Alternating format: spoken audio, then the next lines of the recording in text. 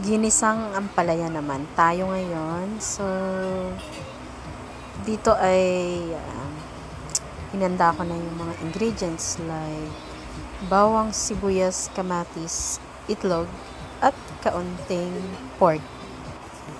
So, unang-unang gagawin ay igigisa muna natin ng bawang, syempre, sa mantika hanggang sa medyo mag-brown lang siya ng konti. Then, lagay na natin yung sibuyas. Tapos, haluin lang konti hanggang sa maluto lang siya. And then, saka naman natin ilalagay ang ating kamatis. So, pagkalagay niyan, sasangkot siya lang natin mabuti para mas masarap. Kasi, mas masarap yan pagka masasangkot siya ng maayos. Yung talagang anong-ano na siya, lutong-luto na siya. Kaya, para lumalabas yung lasa niya talaga. So, matapos yan, pagka nasangkot siya na natin yung bawang, sibuyas, kamatis, ay ilalagay na rin naman natin dyan yung susunod natin is yung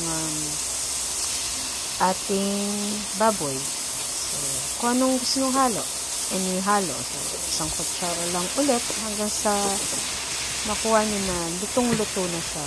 So, depende rin sa inyo kung anong paano lutuin na yung basta sa akin is maluto siya. And then, saka nagbati na rin ako ng egg para handa na. And yun nga, pagkaluto ng pork is nilagay ko na yung ampalaya ko. Ang ampalaya ko, bago ko yan nilagay dyan, is binabad ko muna sa tubig at asin. Tapos medyo piniga ko ng konti para medyo mabawasan naman yung pait niya. Kasi sobrang pait pagka di ko rin makakain. So, pagka lagay na nga yan ng ampalaya, pwede nyo na yung ilagay yung konting tubig and ang inyong egg.